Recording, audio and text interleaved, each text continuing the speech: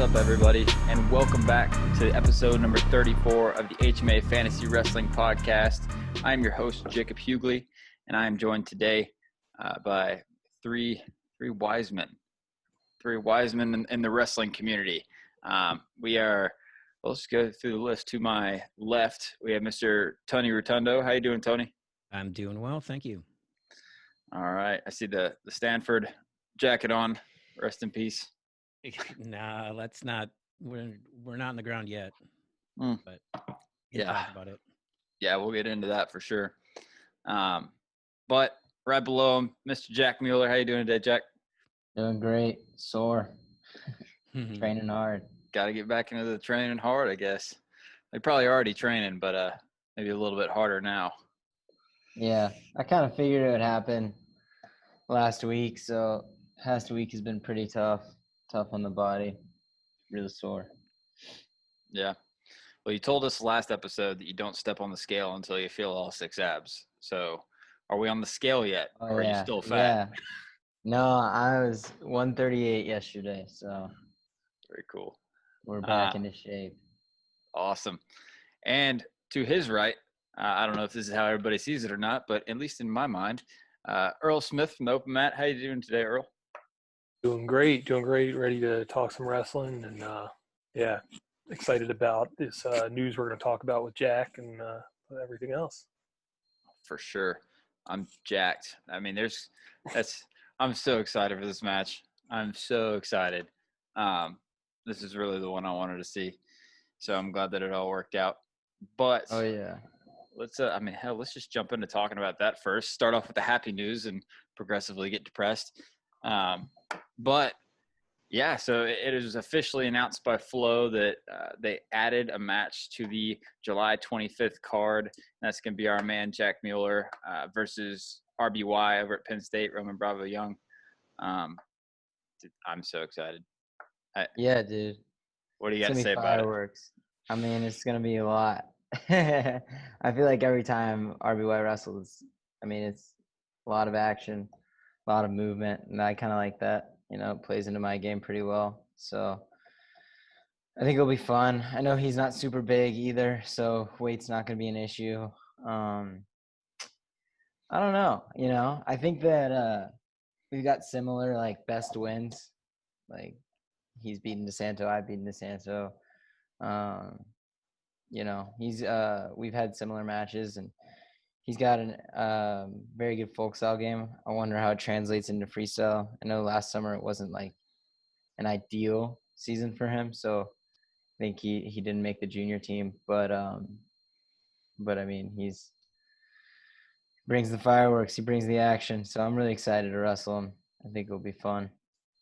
I'm wondering how much freestyle he typically trains, and like last summer, do you think he was training a lot of freestyle or just kind of like jumped into it after folk style? Just, you know, he's done it before, obviously. Why not try? Well, from like my experience in college, it's like, you take a couple weeks off after NCAAs and then it's freestyle.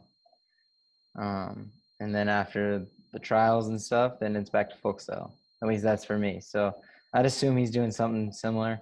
Yeah. Yeah, I mean, it's not like a full-time thing, obviously. For sure. No, I'm excited. Yeah. I mean, this matchup, because me and Jack were kind of talking about it, and like, you know, obviously we kind of talked about it on Twitter and got it out there and like thought how it would be an awesome matchup. But, you know, RBY is in college, and so we had to get through all the compliance issues and like definitely some times where we thought it wasn't going to happen. And so we thought about other matchups, but I'm so happy that it ended up being this one, because this one's just going to be, like you said, it's going to be fireworks. And some of those other matchups, I was like I would love to see you wrestle Gilman. I'd love to see you wrestle Tomasello, all those guys, but they're kind of more like controlled, like slower pace matches. Whereas I think you and RBY is just going to be wild. So yeah, no doubt. I mean, 3 nights ago or something like that, 3 or 4 nights ago, I didn't think it was going to happen. And Mike Mal like DM'd me and was like, "Hey, you want to wrestle Pletcher?" And I was like, sure. Like, I'm like 40 right now, but I'll wrestle Pletcher if y'all want me to. because they just knew I wanted to wrestle. So, I mean, that would have been a lot of weight to give up for sure. But I think RBY, he's a competitor, and I mean, he's pretty pumped about it. I'm pretty pumped about it. That's gonna make for some good action. You know, I don't want to sit there and just stand in the middle. So let's make it happen. You know. So watch out for the backflips. Oh yeah. What about you, Tony? What do you think about this matchup? I think it's a great matchup. I think it's going to be a lot of fun. I'm looking forward to it. I'm planning to be there. Heck yeah. To shoot it, yeah. I think it's going to be a great one. I'm going to have to, like, intercept you at the airport and hide in your bag and make it over there. Well, yeah. Just, you know, I carry a lot of gear, so it'll be fine. Nobody. Yeah, they're it's going to be pretty tight scene. It sounds like. I don't think there's going to be and hopefully it happens. I mean, you know, fingers, toes crossed on that one. Yeah, it's got to happen. Yeah. I think if it doesn't happen, like this weekend in this venue, like it won't change my mind that I want to do it. You know, if they find a better place that's more calm, heck, freaking fly me out to Alaska. I'll do it there. I don't care. Just get me on the mat. Let me compete. You know. We'll just find an alley somewhere. Put a mat down. There we go. What about you, Earl? What do you think about it? Yeah, How badly is Jack going to lose? It's the real question. I was going to go through betting odds with you, but we'll wait for another time. Really, I think this has the potential to be actually the most action-paced match of the card thus far. Like Dakin Shimizu, that's a great matchup. It's going to have some great flurries, but I don't know if it's going to be 6 minutes of continuous action. Based on both of their styles. Downey Taylor seems a little lopsided. I think this could be 6 minutes of fun. So yeah, for sure. Yeah. Yeah. Who knows though? Last time I was telling Jack the other day, like last time I watched him in a freestyle match, beat the streets. I was thinking, oh, this is gonna be a fun match. Him pitching any, like I'm excited to watch this, and then he teched him in like no time. So who knows? Yeah. Who knows? Yeah, usually I just get a good knack. If I'm in shape for freestyle, it's pretty dangerous. Sometimes I'm not in shape. Like the trials last year, I wasn't in shape. I lost like 20 pounds in a week. Made the weight. Wrestled Zane Richards. Won that match. Puked like 6 or 7 times afterwards. And then wrestled Darian, and I was like, terrible match for me. I lost the edge. Lost the battle on the edge a few times. So I think we got to make some kind of bet. You don't tech him, then you got to admit on live TV that I'm a better wrestler than you, or something like that. We'll see. But yeah, no, I'm stoked about it. It's gonna be awesome. And we have other news, from the wrestling community. Not as much fun, obviously. First one, I guess will progressively get worse. The first one is the Ivy League calling it off for sports for the fall semester. So there will be no Ivy League sports before Christmas this year for sure. So what are we feeling about that? Like, do we think that maybe kickstarts NCAA talks into moving wrestling to second semester sport? Or are Ivy just screwed? Are we not wrestling? Like, what do you guys think? I talked to Garland about it, like, I don't know, when I was still there in Virginia, and he was talking about how they were already thinking about making it a spring sport. So they were talking with the NWCA and being like, hey, let's just make it spring. Let's just push it back a couple months and make it spring, because right now, like, there's no way that there's any matches in fall. Like, it's not getting any better. If anything, it's getting worse. People are freaking out. I think that people are taking more precautions, which is a good thing. I think people are like, okay, this is serious. Let's wear a mask. Let's stay 6 feet apart. Let's stay at home when we can, sort of thing. So I think it will get better. But like right now, I mean, we're kind of, I don't know. I feel like we've been at the peak for months now, so who knows? Yeah, for sure. I don't know. Tony, what are your thoughts on it?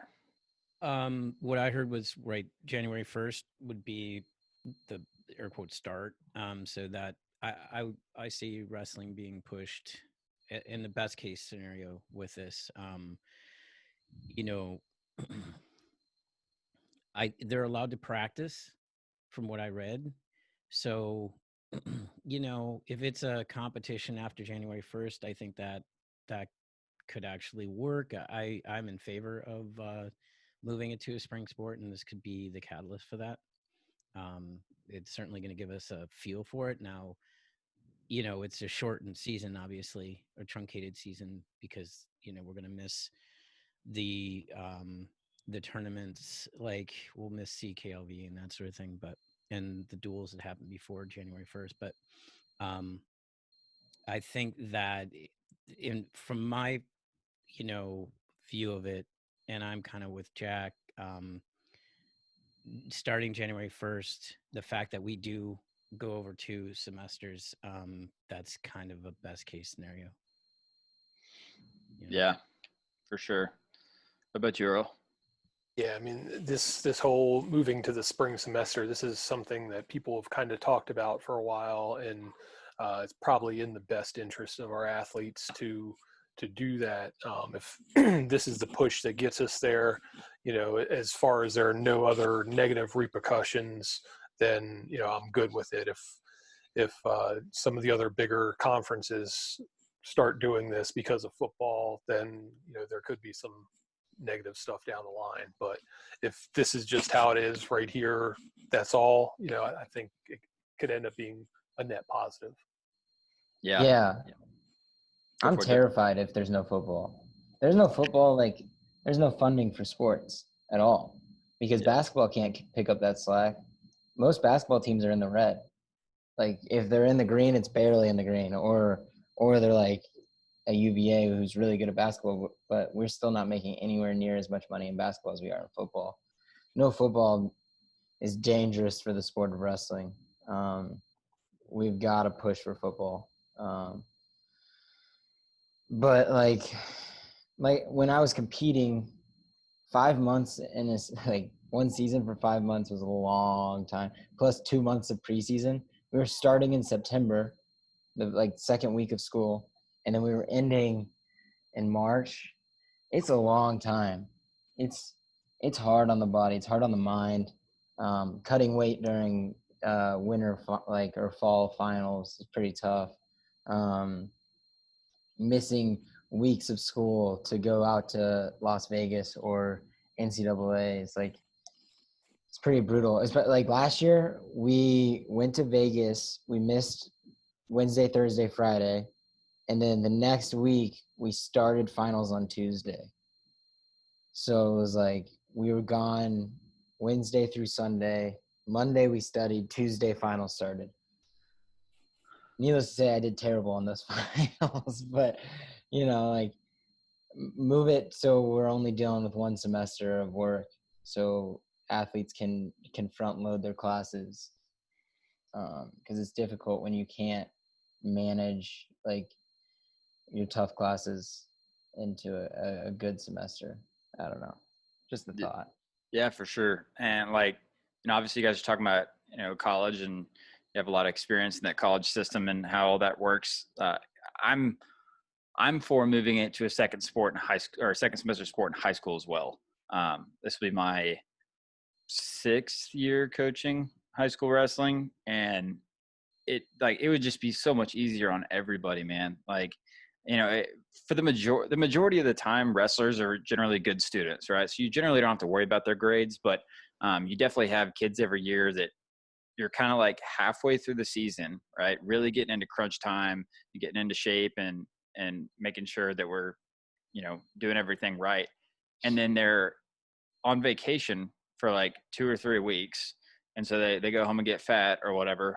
And they also have finals and all those kind of things. And you're like, I go from coach for like a month to like chasing you around, babysitter, making sure you're passing all your classes. you know, and then like it's insane. It's like when I'm supposed to like really be crunching down, like, you know, getting into the nitty gritty of things, I'm making sure that Johnny's passing, you know, science or whatever. And I think it would just be all around better if it was a second semester sport. You know, I'm still going to be on my guys and make sure they're passing their classes and all that kind of stuff. But, you know, like I said, wrestlers, you generally don't worry that much about with academics. And, you know, it'd be one thing if I'm chasing them around in the preseason versus, you know, halfway through the year. And, yeah, you've already got a month's competition under your belt, and then they hit winter break. Dude, let the kids have fun, man. Let them be kids. I'd say make it a spring sport. Make it start in February and end in April or May. Heck yeah. I think that would be good for everyone, because I mean, wrestling's hard, especially when you start at a young age. That's why we have so much burnout. It's like, oh yeah, you can't eat Thanksgiving because you have a tournament tomorrow. Yeah, I'm like 7 or 8 years old. Like, let me be a kid. Let me have fun. Let me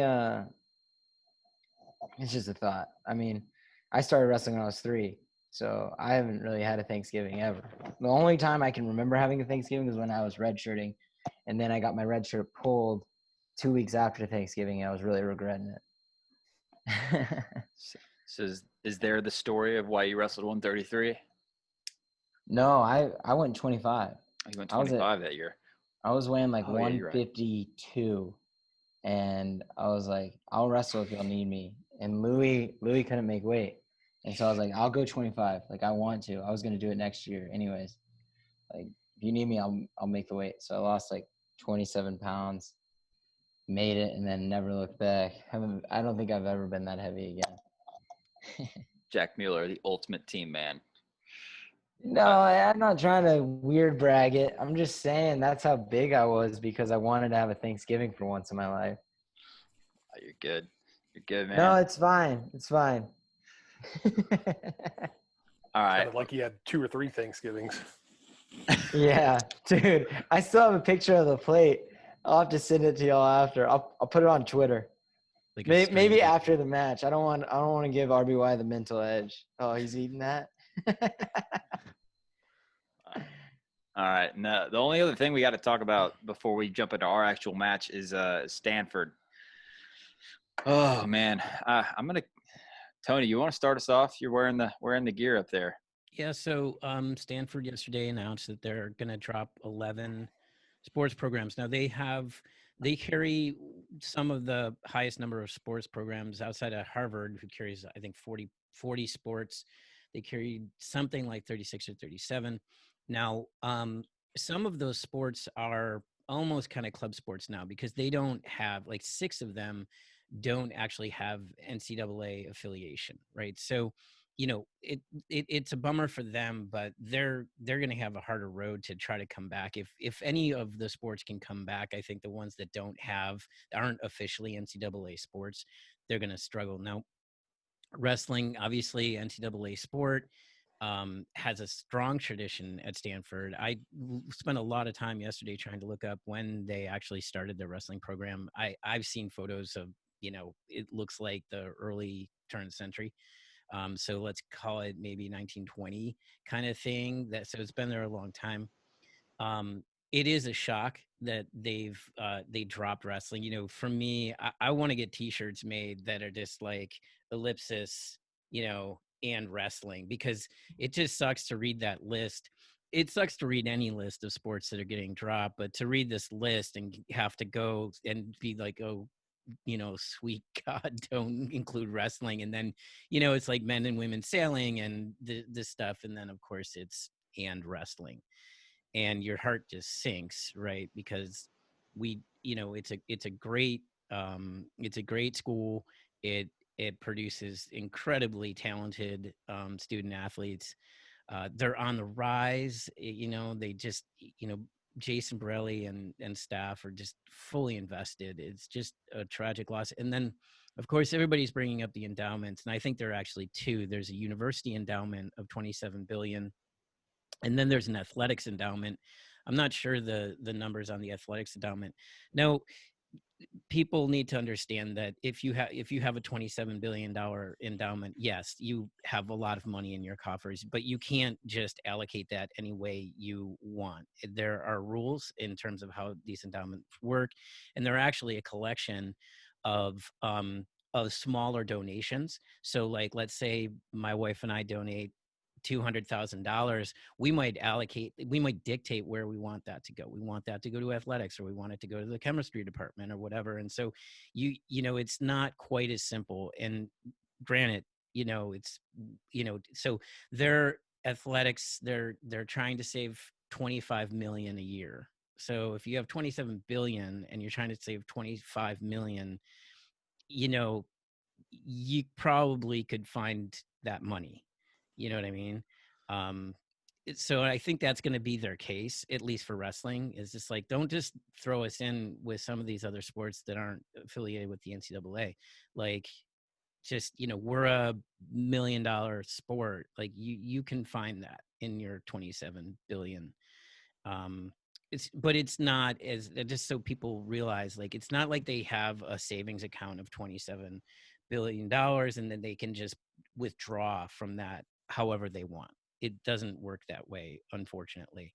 The endowment it's in perpetuity, so it needs to be generating money, through however they've invested it forever. And those are kind of the rules. And so it's giving scholarships, it's going to a lot of things at the university, not just athletics. So it is a lot of money, though, a lot more money than a lot of schools are operating with. So, just to give some perspective, like, they can't just pull it out. They don't go and use an ATM card and just pull it out and say, okay, here, you take this money, you take that money. It's like, there are rules around how they can spend it, and they can't just spend it all, though they could come up with a little bit of cash to keep this program going, I'm sure. Yeah. So this is what the sports were that got dropped. And I'm pretty sure only one other one is sponsored by the NCAA. Men and women's fencing, field hockey, lightweight rowing, men's rowing, co-ed and women's sailing, squash, synchronized swimming, men's volleyball, and wrestling. And I'm pretty sure the only other one that's NCAA affiliated is field hockey. Well, like, men's volleyball was in the national championship a couple years ago. Yeah, but like, if you go to the NCAA website, are you going to be able to look up like news on men's volleyball? I don't think so. I mean, these sports, they take a lot of money to compete in. Like, how much gear do you need for men and women's fencing? Probably a lot. Rowing, you need a boat, you need oars, you need a boathouse, you need stuff to keep the boats looking good, whatever. Sailing, you need a sailboat for that, right? Like, squash, you need like so much money. Wrestling, you just need shoes.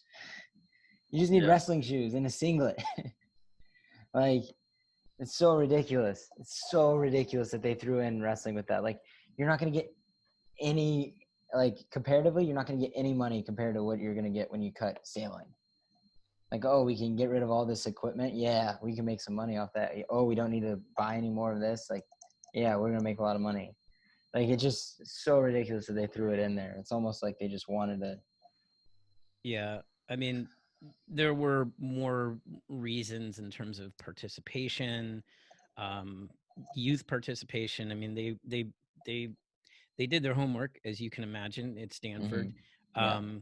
But I think all of those arguments, I think Jason and the Ray Blake, the coaches there, will sit down. Jason put out a very well-tempered note to the community that basically they're going to listen, they're going to create a plan, and they're going to execute a plan in terms of trying to get the sport back. I'm sure they're going to go and reason with folks. Whether or not they succeed, I'm not sure, but we're all hoping they do. And for me personally, so I live in San Francisco. This is the closest D1 school to me. It's about 40 minutes away. if they drop their program, then the next closest would be Fresno, which is 4 hours away, 3.5. Fresno State, and then Cal Poly, and then you're looking at like Oregon State. So you're looking at a flight. So for me, I'm like, this is kind of crushing because it was the closest for me to see some other Division I teams stuff. So it hits home.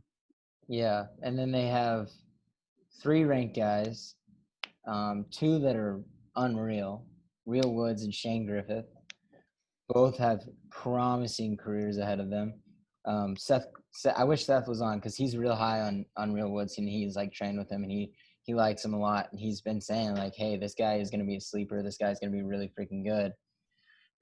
Shane Griffith was undefeated going into nationals last year. I would have loved to see him compete.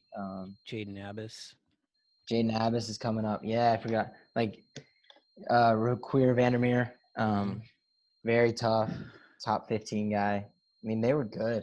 Yeah. So I have a question. What do you guys think they're going to do? Because they said that they were planning to drop the program after the season, right? So let's say that whatever happens, let's say we get through a season of some sort this year, right? If you're a guy like, especially the top guys, Shane Griffith, Real Woods, man, like all those guys that are expected to compete for titles or like high level AA finishes, are you wanting to get out now and spend the rest of your career somewhere else, or are you wanting to stay and then look at your options after this year?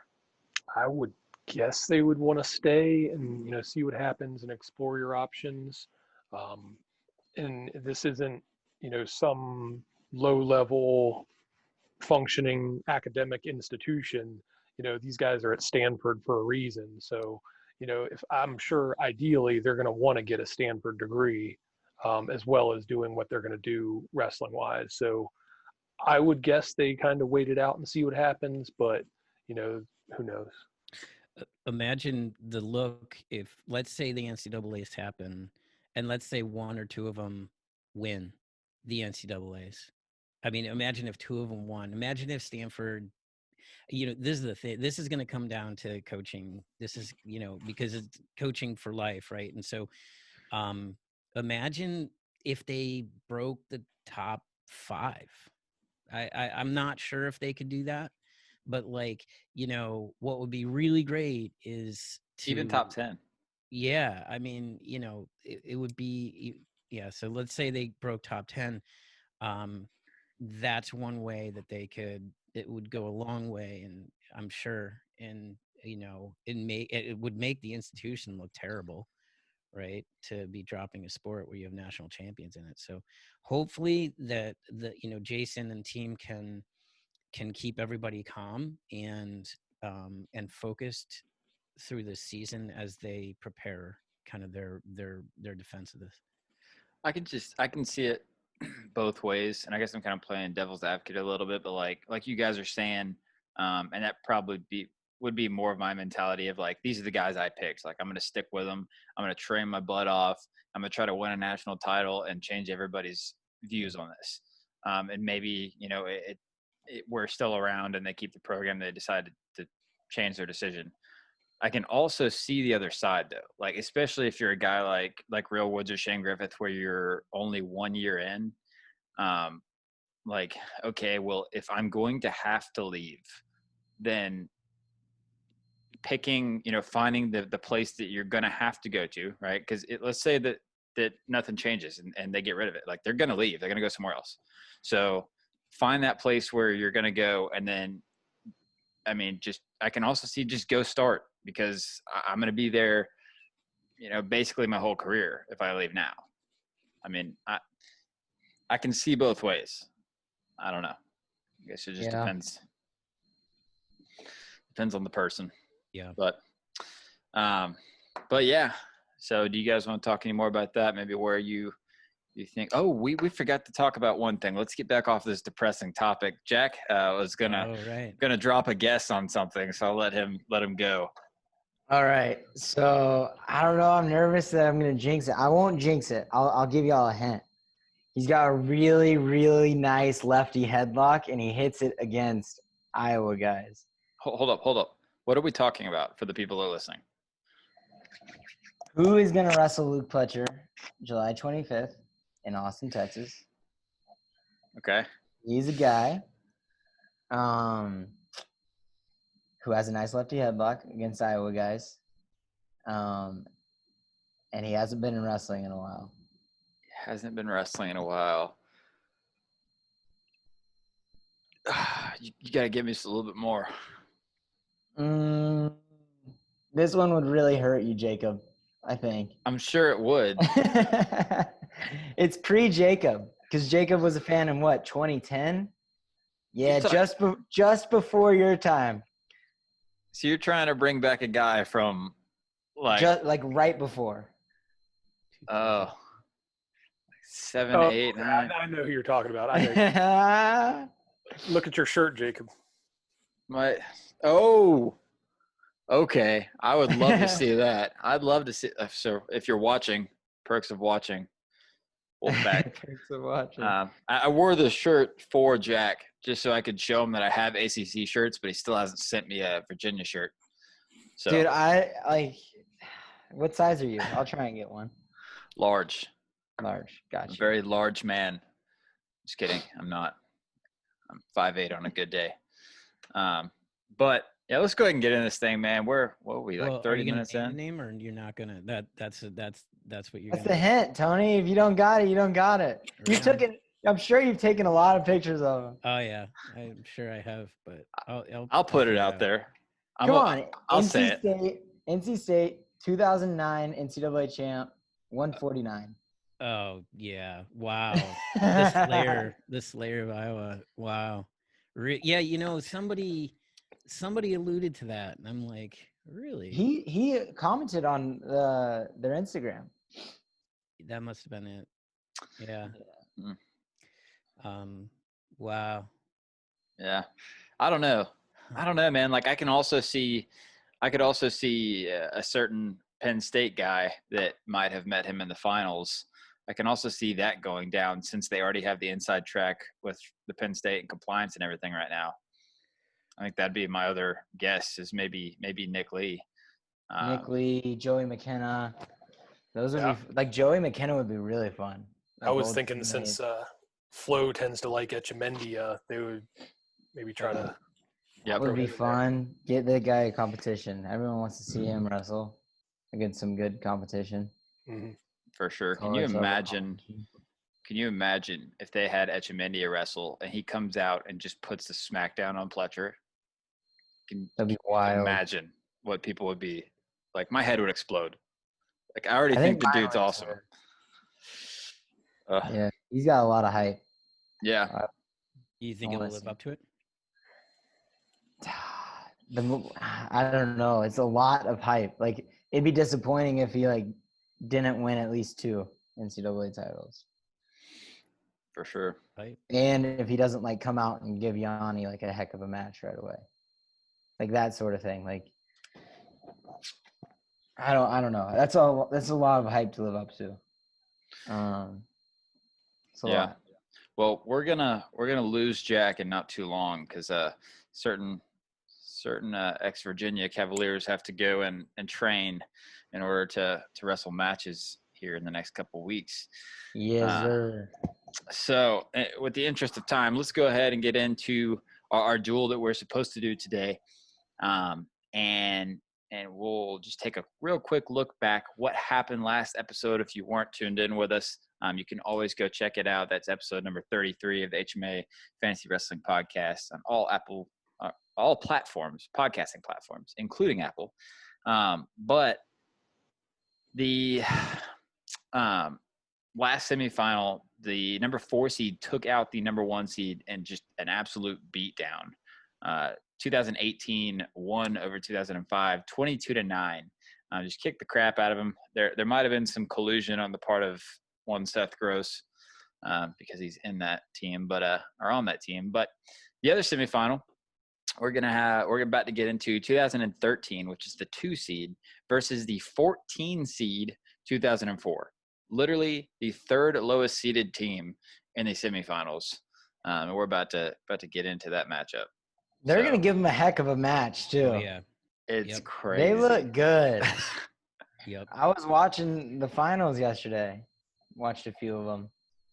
So, Man. yeah. I'm a little Yeah. prep. I had to work on my recency bias according to Joe Dubuque. Right. Yeah. Yeah, I was yelling at you guys the last show when I listened to it. What were y'all mad about? Because I feel like there was no I think Travis Lee would beat Seth. Sorry, Seth. What other ones were really bad? You lost that one. No, I lost that one. But like even Sam said that it was pretty bad on the recency bias. I don't know. I need to look it up. Whatever. I think Sam was just agreeing with other people. Typical Sam. What do you think about starting at 125? I think that Yeah. I don't know. Earl, did you have like a target to start at? Well, that works because I got some new information about your top three or your first three guys if we're going 125. Interesting.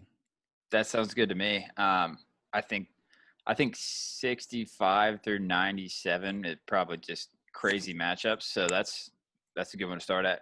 Just go from the top, 125. So 2013 versus 2004. Earl, I believe you have both of them. But which one do you want to give Jack to go through? I'll give Jack 2013. There you go. Jack, tell us who's in 2013. Man, I'm not ready for this. Okay. Jesse Delgado, Logan Stever, Kendrick Maple, Jordan Oliver, Derrick St. John, Kyle Dake, Chris Perry, Ed Ruth, Quentin Wright, and Tony Nelson. Let's round it off. All right. Earl, 2004. Yeah, since I'm such a great coach and have two teams in the semifinals, I'll go with 2004. Got Jason Powell, Nebraska, Zach Roberson, Iowa State, Cliff Moore, Iowa, Jesse Janssen of Harvard, Matt Gentry of Stanford, Troy Letters, Lehigh, Chris Pendleton, Oklahoma State, Greg Jones, West Virginia, Damian Hahn of Minnesota, and Tommy Rollins of Ohio State at heavyweight. Awesome. Man, actually thinking about it now, Jack, I mean, since you're going to have to leave early, where do you want to start?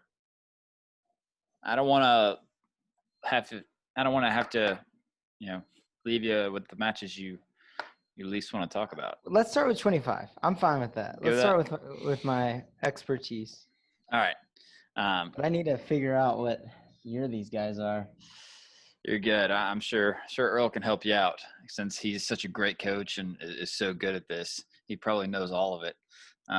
So 2013, Jesse Delgado. Earl, which title is this for Jesse Delgado? This is title number 1, his sophomore year. Wow. All right. Jack, do you got to – or actually, let's start on the other side. Earl, tell us about Jason Powell. All right, Jason Powell. He was a senior from Nebraska this year, went 26-2, 3-time All-American. He beats Rob Redman from Drexel in the quarters, Sam Hayeswinkle 6-3 in the semis, and Kyle Ott 17-2 Tech Fall in the finals. So digging in a little bit more on Jason, he won Vegas this year. That was his big tournament. He beat Mark Mose of Michigan 4-2 in the finals. He lost to Sam Hayeswinkle at the Big 12 championships. It was a little weird. He still got the 1 seed after that. He beat Hayeswinkle in the duel that year. He lost to a guy named Bryce Lanhart of Wyoming in a duel who did not qualify for nationals this year and did not qualify until 2006. So that was his only other loss. And this weight class was a little weird because your number 2 seed was Luke Eustace from Iowa, who was a past runner-up who didn't place this year. And then Tom Klum, your Big Ten champion, was the 4 seed, and he didn't place either.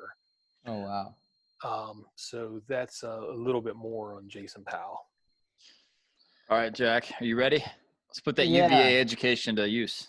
All right, so Jesse Delgado's run this year, he went through freshman Nathan Kreiser, beat him 10-7 in the quarters. Then he beat Nashon 10-5 in the semis, and then beat Nico Megaludis in the finals of a score of 7-4. He was the 2 seed this year. Alan Waters was the 1. Mcdonough was the 3. This was the year that Mcdonough did not place. And then we got Jared Garnett, pretty tough weight class. This was when Delgado kind of took off as the dominant force at 125, or I mean, kind of dominant. He didn't seem to lose, but he won the close ones. So I think we got to mention too before talking about it more. Whoever does these brackets, man, we got to find out who does these brackets and like get them to slow down, like stop drinking energy drinks before or whatever. Because I don't know if you guys noticed, but on the brackets for 2013, we have bad. 2013 is bad. We have Nietzsche Megaludis and we have Mike Mcdonough. Whoever the hell Mike Mcdonough is. And Nahshon Garrett is Jared Garnett in two of them. So you got to be careful when you're reading through this. They're like switching. So we have a match on here that is Jared Garnett versus Mike Mcdonough, which is technically Nahshon Garrett versus Matt Mcdonough. Wow. All right. Well, this matchup. I mean, what are you guys seeing in this matchup? For me personally, I'm a big Jessie Delgado fan. I think that the scrambles are amazing. The dude just always seems to get out of the best shot. I mean, the leg pass situations. That was just a guy that kind of like was just so scrambly and hard to score on, and always came out on top on all these crazy situations. But I mean, looking at it, Delgado had a win over Nahshon and Nico in the national tournament, which is obviously two huge wins. But dude, Jason Powell beat Sam Hayeswinkle in the semifinals, and then Tech falls Kyle Lott in the finals. That Tech fall in the finals is something, man. I think I'm leaning Jason Powell, so I'm going to take Jason Powell in a decision here. And I might be wrong, but I'll kick to somebody else, and we'll get going. Tony, what you got? Well, these are the kind of matchups that make this both fun and frustrating, because it's hard to find a lot of video on Jason Powell. Trying to do some homework on this. I'm a big Delgado fan. He grew up around, out this way, and so my gut was going Delgado on a decision, but it's just frustrating because trying to, in my mind, see these two wrestlers, it's like they both kind of had to take a tough path. I mean, Delgado, as you guys just mentioned, had a really tough weight class that he got through, and I think that he has a unique enough style that I'm going Delgado in decision over Powell. All right, 1-1. Who should I leave last? Leave me last. All right, easy. Earl, what you got? Yeah, I think the style would be pretty intriguing, just because I don't know if there are too many guys like Jessie Delgado wrestling at the time of Jason Powell. So I feel like that could shut down Powell, or that I don't know, frustrate him or whatever. But I think in a one-off, I'd have to pick Jessie Delgado. But there's good points for either guy. Yeah. So you got Jessie Delgado and Jack. Yeah. What do you got? Well, I'm assuming the poll says Delgado, so I'm not feeling too pressured here. I don't know, just a guy like Delgado he had such good defense in terms of, it was hard to get to his leg in the first place, and then once you got to his leg, it got way harder. Yeah. And not only would it get harder, it'd be dangerous too, because Delgado could score from there. Jason Powell, very great on top. Beat Hayeswinkle, has really good wins. He also has a tech fall over another Illinois guy, which makes me think that, maybe he just has their number. But I'm gonna go with Delgado and the just the way it's impossible to score on him, because if you can't score, you can't win. Dude, there's been 2 tech falls in the finals in the past 20 years? David Clark. Taylor, Mitch Clark was in 90 something, wasn't it? Okay, well, Derrick Derrick Moore. Moore. Yeah. Derrick Moore, Derrick three tech falls in the finals in the last 20 years. I mean, that's just unheard of. Well, this is sort of where we need, we talk about Kyle Ott then, because it's like, what's his pedigree and stuff. You can go down rabbit holes with this. But yeah, and we don't have any video on that match, do we? I do on the finals. Ott got the first takedown, and then I think it was a reversal and all downhill from there. Ott was kind of like a Zach Sanders body type, where if there was the old 118, he probably would have been the guy there. So maybe slightly undersized, but extremely fast, good on his feet. Isn't it weird how no one's undersized anymore? There's no 125s that are undersized. Everyone's way too big. Like, I think everyone would be okay if it bumped up to 130. I don't know about that. What about dude from Ohio State, Heinzelman? Like, he's getting bigger every year, though. The only person that I can think of that is undersized for real is Kurt McHenry. Yeah. He's so undersized that he can't even wrestle. Yeah. But, all right. I was outvoted. Jessie Delgado takes this win in this first matchup, and we'll keep moving. 133 pounds, Logan Stieber of Ohio State versus Zach Roberson of Iowa State. Earl, do you want to kick us off with Zach Roberson? Sure. Zach Roberson was a senior here. He was the 5 seed, went 31-3 this year, 3-time All-American, going 1st, 4th, and 7th. At the tournament, he beats Foley Dowd from Michigan in the quarters 3-1. Defending champion Travis Lee from Cornell 6-3 in the semis. And then he beats Josh Moore 5-4 in the finals. Doing a little more digging on Zach, he was pinned by Johnny Thompson, 2-time defending champion in the Big 12 finals. He also lost to Thompson in the dual meet. I could not find his third loss that year. He was also the champion of champions at the Midlands that year. I believe Trent was the OW as a freshman, Jack. At the Midlands, he beats Mark Jane from Illinois, who is 7th in the country in the finals. He beats his eventual finals opponent, Josh Moore from Penn State, in the finals. And he beats another All-American, Matt Sanchez from Bakersfield. So pretty solid year. I don't know about Logan Stieber, but pretty darn good year. Yeah, Go ahead, Jack. Okay, so Stieber's NCAA's was a pin in the first period over the Duke guy, a pin in the first period over Shelton Mack, a tech fall over Cody Brewer in the quarters, a tech fall over AJ Shop in the semis, and then a 7-4 victory over Tony Ramos in the finals. That's unreal. That is unreal. I mean, holy smokes. I didn't know it was that good. He freaking teched Cody Brewer and teched AJ Shop. For real.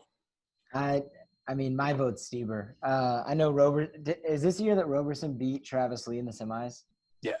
I'm big on Travis Lee. And I know that Roberson did this thing where he would go collar and shuck it by. And he was like one of the first people to do it. And he got everyone with it. It was like his bread and butter. It was so fun. When Trent and Travis got there, that was the first thing Travis taught me. He was like, oh, you do like your pass by? Here, work on this, work on this, work on this.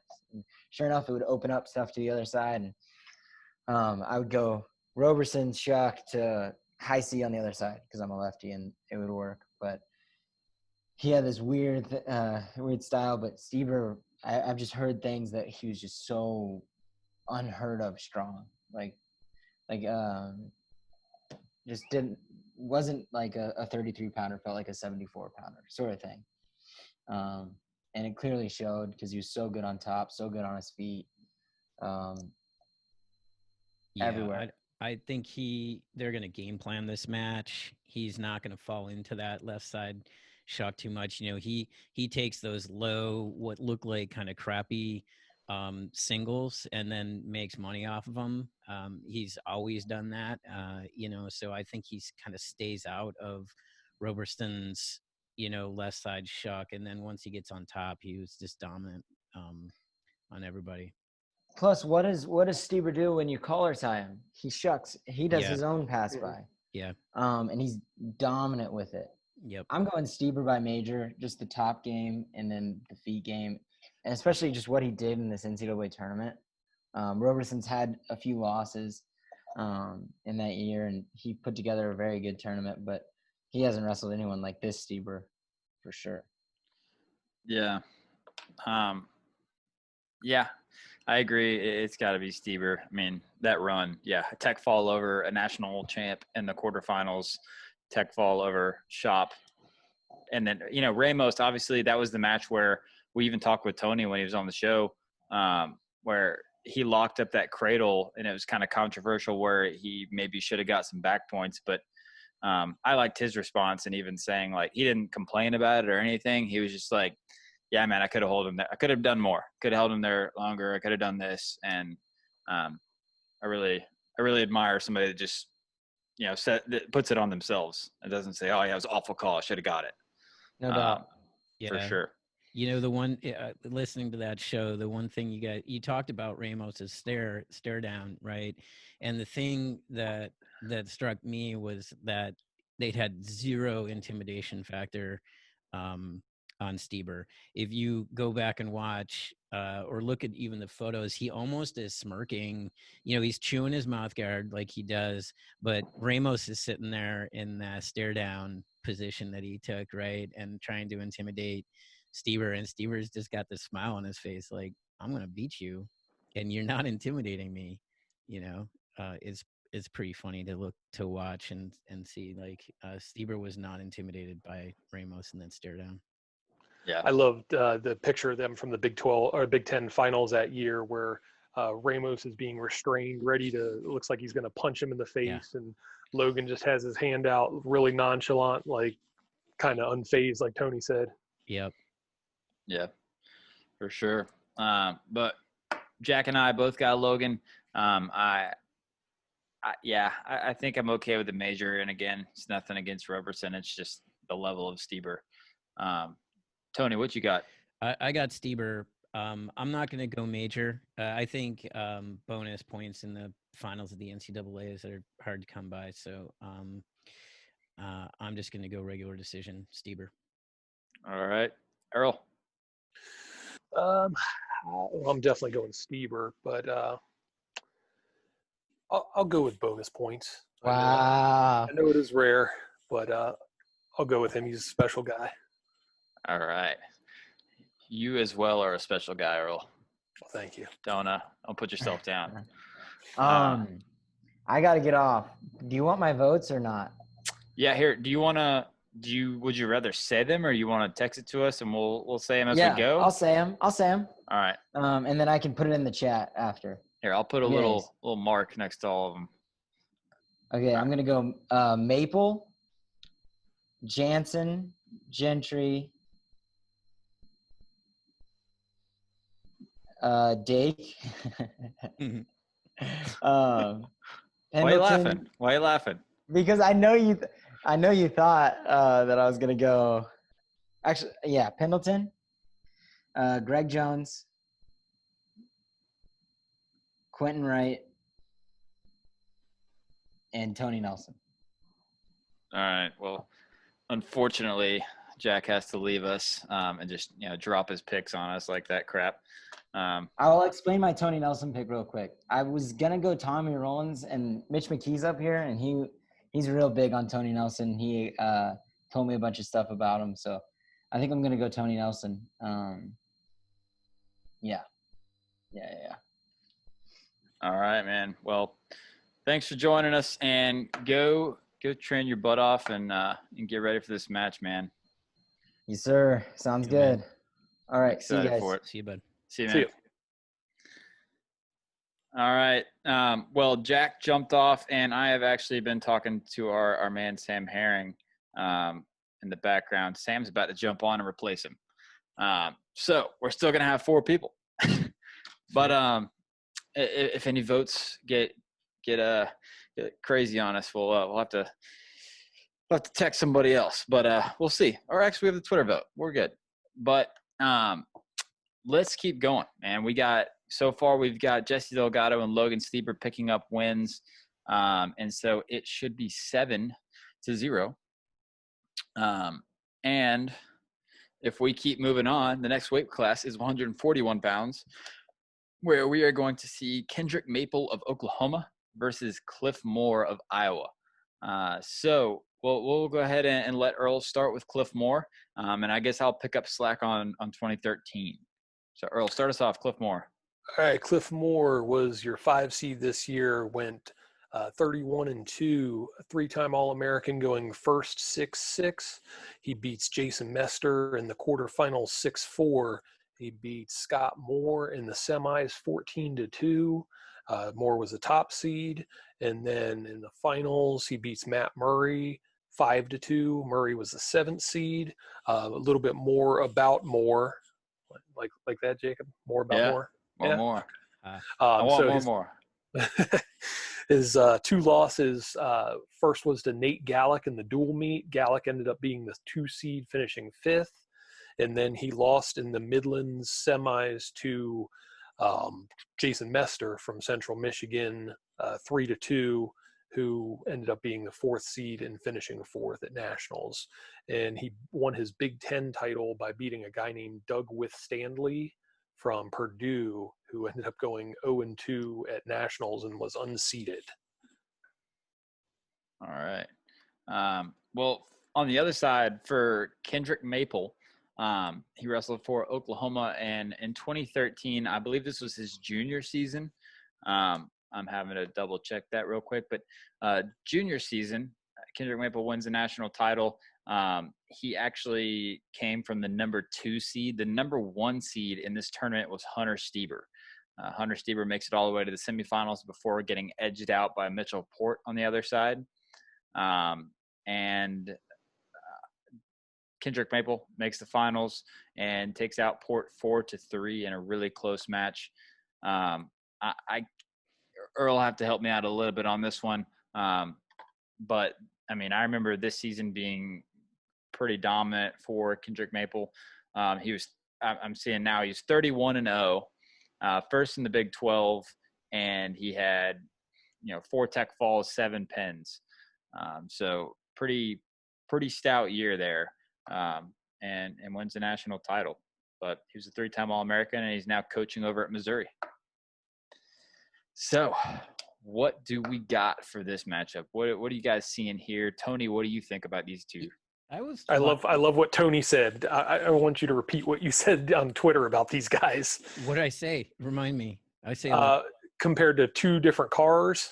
Oh yeah. Well, what was it? A Lamborghini to a what did I say? I think a Bronco or something like that. Yeah, Ford Bronco. So, I think that was just on a text to you guys. Oh, okay, that's what it was. Yeah. This is a match that I really was torn about. So I wanted to go and I looked at video, and I think the most prominent video with Cliff Moore is his defeat of Scott Moore. And I mentioned this last show. He's this traditional Iowa. He looks like an Iowa guy. He wrestles like an Iowa guy, which is just in your face, straight ahead. I think that this version of Kendrick Maple this year in particular, he's super long and he uses his reach advantage really, really well. And I just think that the matchup isn't good for Cliff Moore on this one. I think, he would take just kind of not great shots, but he'd just kind of bulldog his way through them. It seems like.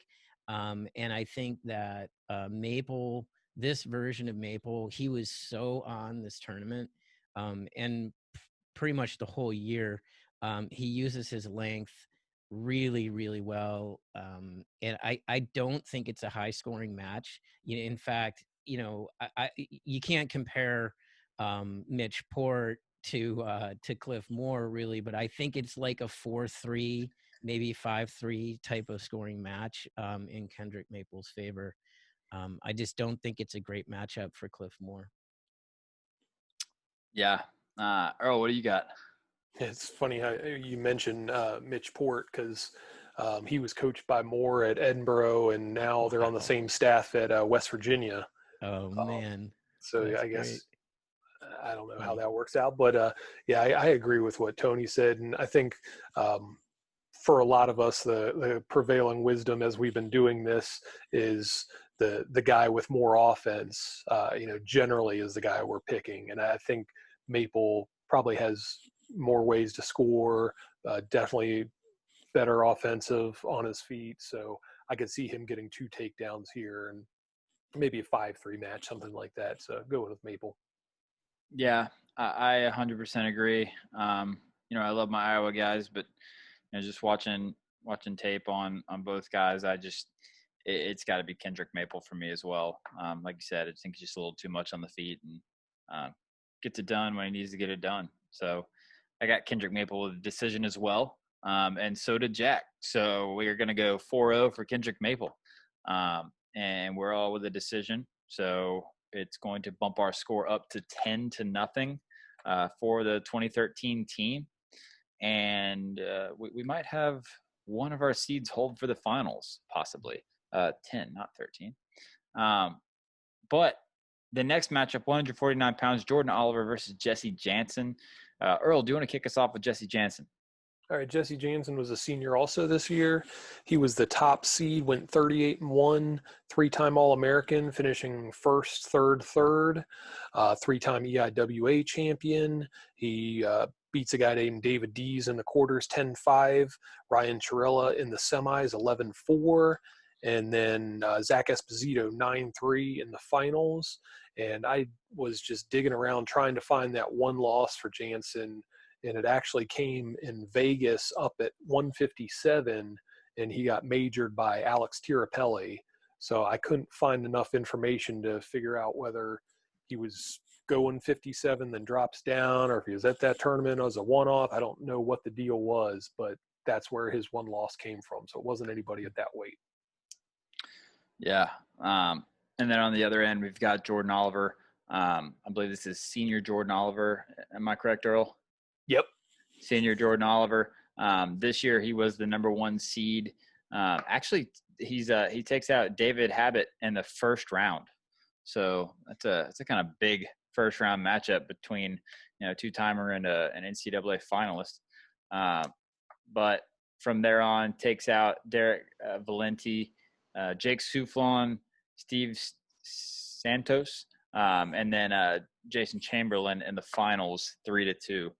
I just remember that J.O. was just on a mission this year. He won a national title as a sophomore. He had that really controversial loss to Stieber in his junior season. And then this year just came back and blew the doors off the thing. And, if you didn't have a guy like Kyle Dick winning his 4th national title, then I don't remember if Oliver was undefeated or not. But I believe he was, right, Earl? Yep, that's correct. I think he definitely could have been in that Hodge Trophy conversation this year if it wasn't for Dake making history. So very, very historic year for Jordan Oliver as well. So, let's just roll right into our picks with this one. And Tony, what do you think between these two dudes? Well, I this is another real close one. My gut went Janssen on this. I rewatched the Oliver match against Chamberlain. He wins in the last 13 seconds with a slide by. It wasn't a dominant match. It was a good match. But I love Jordan, and he's somebody I've been photographing since he was a freshman in high school.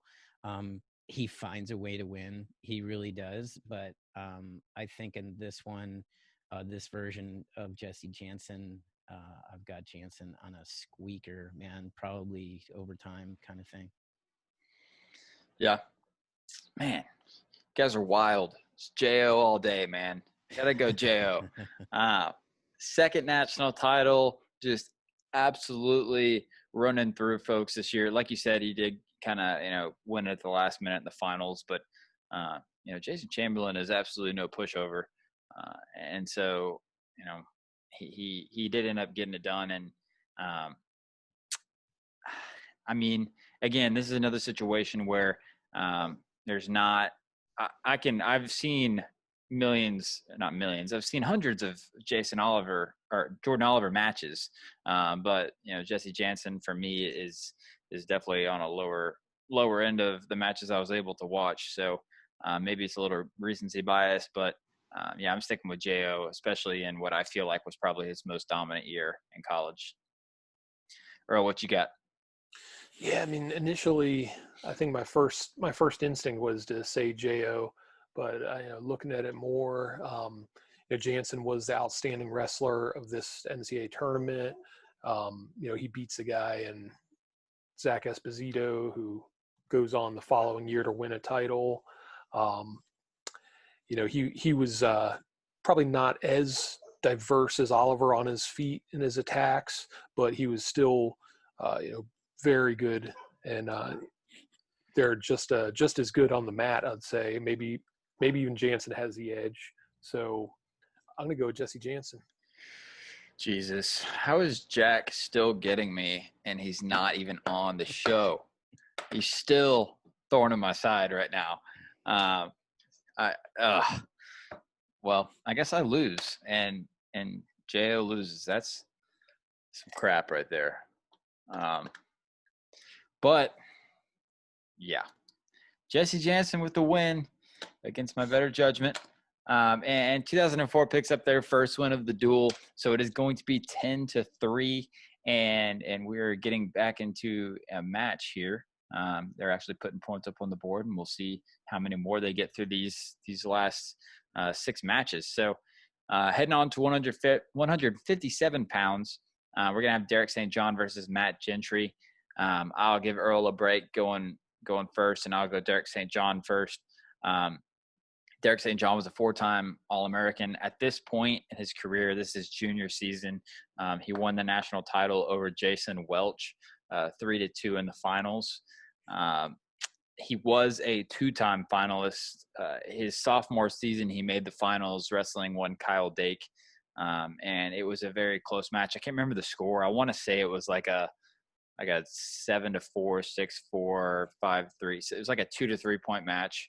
But it was very close. And I remember, Dake kind of got poked in the eye in the third period and just kind of tried to stay his distance and stay away for the last little bit to make sure he didn't give up any points. And the Iowa crowd was going crazy, but that was, I'm sorry, you're going for your 3rd consecutive national title and you get poked in the eye and you're up with like 30 seconds left. Like, what is everybody in the world going to do? Like, probably try to stay away from the dude trying to take you down when you can't see. But Derrick St. John, 2-time finalist, and this season he actually beat Alex Derringer in the semifinals. So beats Derringer in tiebreakers and then beats Jason Welch 3-2. So Derrick St. John. On the other end, Matt Gentry, Earl. All right, so this is junior year Matt Gentry. Him along with Greg Jones, they were the only 2 undefeated guys this year. He was 42-0. This was the only year he was an All-American. His Pac-10 champion, beats Philip Simpson in the quarters 8-2, and Ryan Bertine, the defending NCAA champion, 6-4 in sudden victory in the semis. Then Jake Percival, 4-2 in the finals. He would go on to make the 2008 and 2012 Olympic team for Canada. All right. And we have Mr. Sam Herring joining us. I don't know if he can hear us yet or not.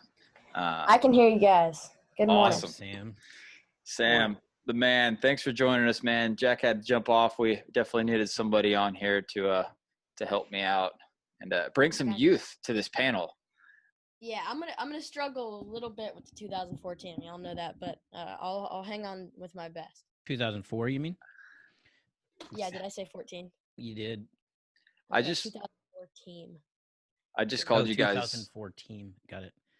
Just called you guys old, and you said nothing about it. So yeah, I'd let that one slide. I made a mental note because that was the second show in a row you referred to my age. So I wanted to make sure you guys heard that. I didn't know if like the hearing aid wasn't in or what was going on.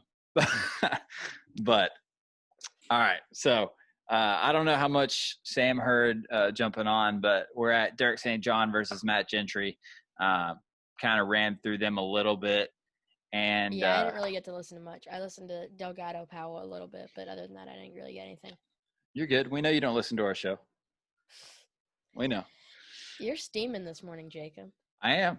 Hey, it makes for better radio, right? Does it? It does. It's less fun when Jack is not even on here and is still getting at me though. But Matt Gentry is was he the first and I guess only Stanford national champ unless they get one this year. So that's correct. Yep. It sucks, but all right. I don't know. I'm gonna have to let somebody else go first on this one because I think this one's a lot closer than I originally thought. So, Earl, what you got on this? Yeah, I mean, it's funny because as far as careers go, Derrick St. John had a great career, 4-time All-American. Definitely more consistent at a high level. Gentry, he had a great senior year, but just ended up missing the podium. Had a couple tough matches at nationals. I don't know. I like the toughness and physicality of Derrick St. John, and I think that would be the difference. He would pull out the win here. All right. Tony, what do you got? Got Gentry. I'm going to kind of flip that a little bit. I'm with Jack Cali on boy. this one. Yeah, there you go. Right there. Represent. Has he been coaching there? No, Gentry doesn't coach here, or he doesn't coach at Stanford. I'm not sure where he is right now. He's a great dude, by the way. Really, really nice guy. But I've got Gentry on this. Again, close match. I've heard, I heard the podcast where St. John is just an incredibly hard worker. But I've got Gentry on this one in a close one. All right. Yeah, I'm gonna have to go with St. John. I think it's really a close matchup, and I love all the things that Mcdonough, as Tony's alluding to, Mcdonough said about him was, in a room of absolute hammers and hard workers and studs, this dude, he said, was the hardest worker in the room. And I think that's really something to be said. And he was one of those guys that got overshadowed by the David Taylors and Cal Dakes of the era, and was kind of an underrated, national champion, 2-time finalist, right? When you think back of that era and that weight range, you don't think Derrick St. John, but the dude made 2 national finals, and won one of them. And then his senior year, not performing to his best. I think there might've been an injury in there. But yeah, just a rough and tough, pushing forward, Iowa style guy. And yeah, I will be the first one to admit, everybody knows I'm a big Iowa fan, but St. John definitely was not one of my favorites. I liked him, but wasn't, necessarily a crowd pleaser, but I think that he has enough to get through this match. So I'm going to go St. John, and actually leave it in the hands of Samwise down there. Jacob, you're going to be happy with me. I'm going Derrick St. John. It's really hard for me to see that guy get toughed out in the match. And the way I would see him lose is a little bit of a Caldwell Metcalf circumstance where a guy who's super slick, super athletic, and explosive can kind of sneak one out on him. And I don't think Gentry can really do that. I'm going to go with St. John on this one. All right. Good. Anytime we pick against Jack, it's a good day. Did Jack have Gentry? Yeah. See, all the stars on here are Jack's picks before he left. I just threw him on there real quick so we could at least know what he was thinking. What is the heart? You love Logan Stieber? Yeah, I do love Logan Stieber. He's my Logie Bear. But it's a major decision. So I put hearts for like 1 heart as a major, 2 is a tech, 3 is a pen. That's nice of you. Yes. Yes. But 165 pounds, Kyle Dake versus Troy Letters. Jack giggled about it because he picked against Troy Letters and then leaves us with no explanation. But for Kyle Dake in 2013, this one's pretty easy to talk about. He becomes the only wrestler in the history of college wrestling to win 4 national titles at 4 different weight classes. Some will argue that that's as impressive or more impressive than Cale's undefeated 4 years. I think that's a real conversation to have, which one of those two is more impressive. But Kyle Dake in this year, not only did he win his 4th national title in the 4th different weight class, but he did so by bumping up another weight class to hit David Taylor, right? And so I can't remember what exactly was said in what interview I watched or whatever, but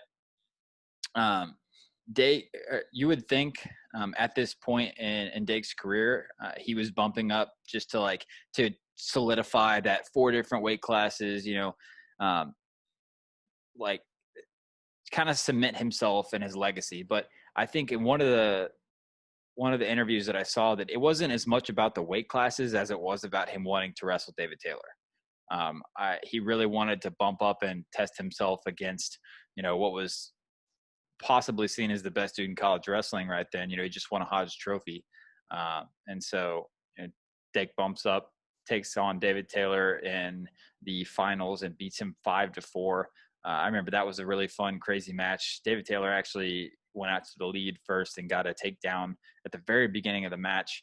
And then it was kind of all Dake from there on out. So, Kyle Dake wins his 4th national title over David Taylor. And on the other end, Troy Letters. Fill us in, Earl. All right, so I don't want to see a heart next to Kyle Dake's name this time, Jacob. This is sophomore year Troy Letters. He was an NCAA runner-up the year before. As a freshman, went 36-1 this year. He ended up being a 3-time All-American, 3-time EIWA champion. In the quarters, he beats John Clark by fall. In a minute 22, semis Matt King of Edinburgh 4-2. In the finals, he beats Tyrone Lewis 5-2. Avenging his only loss of the year to Lewis. So, is it Kyle Dake by major? I'm just kidding. I'm kidding. I can't do it. It's got to be. Tech. Yeah, it's pin. I mean, he's gonna lefty headlock him. And not only a pin, it's gonna be like a tech pin where you got 15 points and then you pin him. Yeah, exactly. No, for me, it's got to be Dake. It has to be Dake, right? There's only 2-3 guys. There's only really 2 guys I think that are up there in best of all time status in college wrestling, and I don't think anybody besides those. I don't think anybody beats him. So I'm going to go Kyle Dake. I can't go major decision because obviously the Troy Letters is incredibly good and at a very high level, but it's also combined that with. I picked David Taylor to major Troy Letters, and I got shut down by virtually everybody in the universe on that. But Kyle Dake's not he's not the David Taylor style of putting up, an incredible amount of points. He doesn't usually, destroy the top guys, or he didn't in college. So he obviously handled them and beat them, but he wasn't the guy that was out there majoring all the top dudes and pinning and teching all these guys. So, I'm going to go Kyle Dake in a decision, maybe a 3-point win or something like that. Yeah. For me, this one might be the most simple to pick out of all these matches. It's just Kyle Dake wins. Troy Letters is really good, so it's a decision. Yeah. Yeah, I'm the same on that. All right, Earl. Yeah, I agree. I mean, I think it's probably closer than most people would anticipate, but yeah, Kyle Dake gets the win. All right. So Kyle Dake gets the win by decision here, and that's going to kick our score up to 16-3 for 2013, and we'll keep it moving. So 174 pounds, Chris Perry versus Chris Pendleton. Earl, kick us off with Chris Pendleton first, if you will, sir.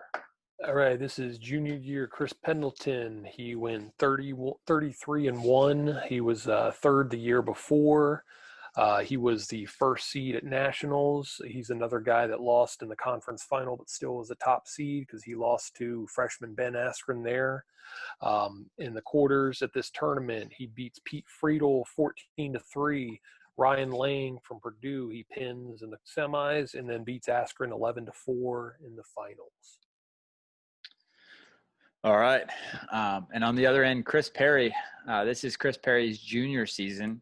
This is his first of 2 national titles. And this year he came in as the 1 seed. And Chris was kind of one of those dudes. I can't speak for senior year because I'm looking at all of his junior year stats right now. I know he's a different animal as a senior. But at least in the junior year, he was a guy that was kind of at the top of the pack, right? We had like a pack of like 4 or 5 guys that were all really good. And Chris was kind of just like a hair above them, right? You kind of expected him to be the 1 seed and win it, but it was a very close grouping of guys. And he always kind of pulled out really close wins, right? So through his national tournament this year, he won his first match 5-4 and then 4-0, and then tiebreakers against Nick Heflin 3-2. Overtime against Kokesh 4-2, and then tiebreakers against Matt Brown in the finals. So, definitely hung really close throughout this whole tournament, but just kind of always seemed to get it done. He was very good. So, Chris Perry as a junior. And what do you guys see in this matchup, Tony? I like Pendleton in this matchup.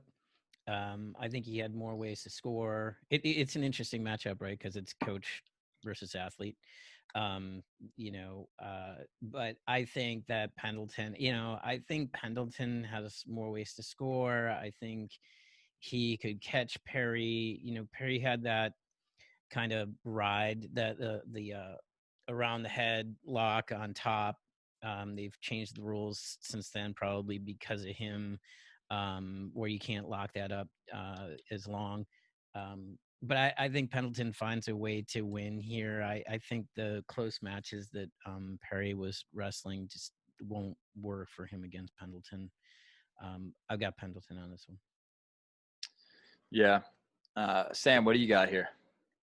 I got Pendleton as well. It's really hard for me to look against him. He is one guy that I've recently, in the last week, started watching a lot more film on. I've been trying to go back and watch some guys, especially the Okie State guys that just they're so slick and they have so many different skill sets from so many different areas. So maybe it's a little bit of bias from watching him so much in this last week, but I'm still going to take him. I think he's probably the better wrestler based off of stats as well. Yeah, for me, I think it's a mindset clash, and I also think that looking at their competition, it definitely favors Pendleton. I'm going to go Pendleton as well. What I mean by mindset clash is that Perry was kind of the get ahead by a couple of points and win the tight matches, whereas Pendleton was more of a kind of putting it on his opponent. He almost majored Ben Askren in both of his national titles. And he won by 5 points in both of them or something. And he was right up there getting into major decision territory. And with that being said as well, Pendleton getting a 5-point or so win over Ben Askren in the finals versus Chris Perry 2-1 in tiebreakers with Matt Brown. I'm definitely going to lean Pendleton's way on this for sure. And is that everybody we got? We got everybody? I didn't chime in yet, but I have Pendleton as well. If it was 2014 Perry, I think it would be a lot more interesting. But pretty much I'm not going to rehash some of the stuff you guys said, but I'm definitely agreeing with Pendleton. Yeah, 100%. I agree with it might be a closer or a different decision if it was a different Perry. But yeah, I think that's interesting to think about too. And we don't have to get into it too much, but we know Chris Perry in his senior season, the next season, kind of was on a vision quest to beat Andrew Howe because everybody told him that Andrew Howe was way better than him. What do we see if Andrew Howe and Chris Pendleton were wrestling? Who would you pick in that matchup? Because I think that's a big decider of 2014 Chris Perry. What do you guys see in that? It's too tough. I'd probably go Pendleton. I think Hal's best days were at 65. He was still NCAA runner-up at 74, but at 74, I'm taking Chris Pendleton. I'd lean Pendleton as well. It'd be a tough one, much tougher than this, I believe. Yeah. Yeah, I'm in agreement. Cool. Well, Pendleton takes the win here, and that gets the second one for 2004. And so they're kind of climbing back into it, but we'll see about these last three matchups and how they go. We're sitting at 16-6 for 2013 at the moment, and we're heading into 184 pounds, where Ed Ruth of Penn State is going to take on Greg Jones of West Virginia, right, for sure. Earl, start us off. Greg Jones. All right, this is junior year Greg Jones, the second of his three NCAA titles. I said earlier, him and Matt Gentry were the only guys to go undefeated this year. He beats Brian Glenn from Illinois 3-2 in the quarters, Paul Bradley from Iowa 8-3 in the semis, and then Ben Heiser from Northern Illinois 10-5 in the finals. Yeah, for Ed Ruth, this was his second national title, I believe. Am I correct on that one? Yep. Yeah. He ends up winning 3, but this is his second national title. He beats Robert Hamlin in the finals, 12-4. So majors Robert Hamlin in the finals, 12-4. And I think, there's not too much to say about Ed Ruth, man. Everybody knows the stories. Incredible crossface cradle. He had 2 pins in this NCAA tournament. Majored Steve Bozak, future national champion, in the semifinals. Actually didn't major him. He 4-1 win over him, major of the one before. But yeah, I mean, we all know who Ed Ruth is, man. One of the best to ever do it. But this is junior Ed Ruth. So my first question about this matchup, and I don't know if you were able to get in touch with him or not, Earl, but we did have Greg Jones on the show last show or the show before, and we talked about a lot of matchups, but we didn't get to talk about this one. And I was interested if you were able to get a hold of him. I know he's a busy man, and if he had any thoughts on this matchup. I failed you, Jacob, but I think after having him on the show, suffice to say, I think he would pick himself. But that's just my guess. For sure. I mean, he basically picked himself over everybody, which definitely could be the case. He's one of the best to ever do it. And I don't know, Sam, I don't know if you heard that episode or not, but we asked him about. Asked Greg. Yeah, we asked him about. He was around the same time as Kale, right? And so we're like, all right. So we're asking him, did you wrestle this guy? Did you wrestle this guy? He's like, yeah, I beat him. We're like, did you ever wrestle Kale? And he was like, yeah, actually, I did. He's like, I wrestled him in a couple simulated matches or something like that at the OTC when he was preparing for the Olympics and all that kind of stuff. And they wrestled, and he said, he could be a little bit off, but what he remembers, Kale won like 16-12. So it was just an absolute shootout. Yeah. I did my homework, and I contacted Gary Abbott to see if there's the possibility that video might exist of that. He said no. They weren't really. Even now they don't videotape practices, and so that started a discussion about they should probably wire the Olympic Training Center room with cameras and videotape all those practices. I don't know how smart that is. I wouldn't want to do that if I was Gary or anybody in the USA Wrestling Administration. Why is that? First of all, because there's a bunch of game planning that goes on in that room. And game planning is for private practice rooms. And practices in general are for private unless you want to change that. And it creates a lot, like wrestlers compete a lot different in practice than they do in tournaments. They compete a lot more free. They show what they're working on in live, and they will constantly try to get to like a certain position. And for them to like live stream it or put it on a camera or whatever it may be, video it changes a lot in the mindset of wrestlers that could actually hurt USA Wrestling. Like if my practices were videoed and acted like they were actual matches, I don't think I would get as better or much more better. I don't know how to say this, but like I wouldn't get as much better as I do in practice than I do in matches, I guess is what I'm trying Yeah, to say. I'm not talking about live streaming it, my friend. What I'm He's talking saying, about videoing live matches in the OTC. I believe, and it's a little bit of guessing here, that university practice rooms are wired up and they can record practice so that the coaches and athletes can go back and watch. This would not be for public consumption. It would be private only. So let me ask you Okay. this: if Yeah, that makes sense. if you're in a simulated match in a practice room, would you not want to go back and see video of it? Like, I definitely would. That's right. true. So that's what I'm talking about. And then, 20 years later, having that and publishing that probably wouldn't be, a bad thing. So to this point, like somebody Yeah, asked, hey, do okay, we have got it. video of Greg Jones wrestling Kale? Wouldn't that be cool to see? You'd have that, but they don't have that.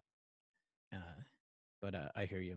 I'm all for it. Okay. I want to see it so much, but we got to make sure our security is on point because I know those Russians are going to be trying to get over here and Yeah, exactly. and hack in and know what David Taylor and Kyle Dake and Jordan Burroughs are doing. So I'm all for it. I think it'd be awesome, but I guess you got to if you implement something like that, you got to make sure that all security measures are in place. But for this match, I mean, I've been watching a lot of Greg Jones matches on YouTube because he's like, for me personally, he's just a hidden gem. I mean, he's not hidden, right? But, we've obviously talked like, I really got into the sport around 2010. And so he was before my time. And so when I found him on YouTube, I mean, if there's any younger guys watching the show, I know Sam actually asked on FRL, like, who are some of the old guys that we need to watch? I'm sure Sam's probably already watched. But I've watched almost 0 Greg Jones matches, which is kind of unbelievable. Go watch it right now. Like, get off the show. I can't right now, but. He is awesome. Absolutely awesome. He's a wizard on his feet. Just one of my favorite dudes to watch wrestle of all time, possibly. And I love Ed Ruth as well. And so I just see that I see Greg Jones being a little bit better on the feet. And I see him being able to get more takedowns than Ed Ruth, whether it's a wide open match or it's just a one takedown match. I see Greg Jones kind of winning in the takedown, having an advantage in the takedown realm. And then, obviously Ed is a hammer on top, but I just don't see him being able to do much on top of Greg Jones, who is so long and lanky. And I just don't see him being able to do the same things to Greg. So I'm going to take I'm going to take Greg in a tight one. What do you got, Tony? I'm going same. Greg in a close, tight match. He doesn't get caught in that crossface cradle, and I think it's a fascinating match. It'd be really, really fun to watch. But I got Earl? Jones. 6 national titles between the two of these guys. Insane. Earl, what you got?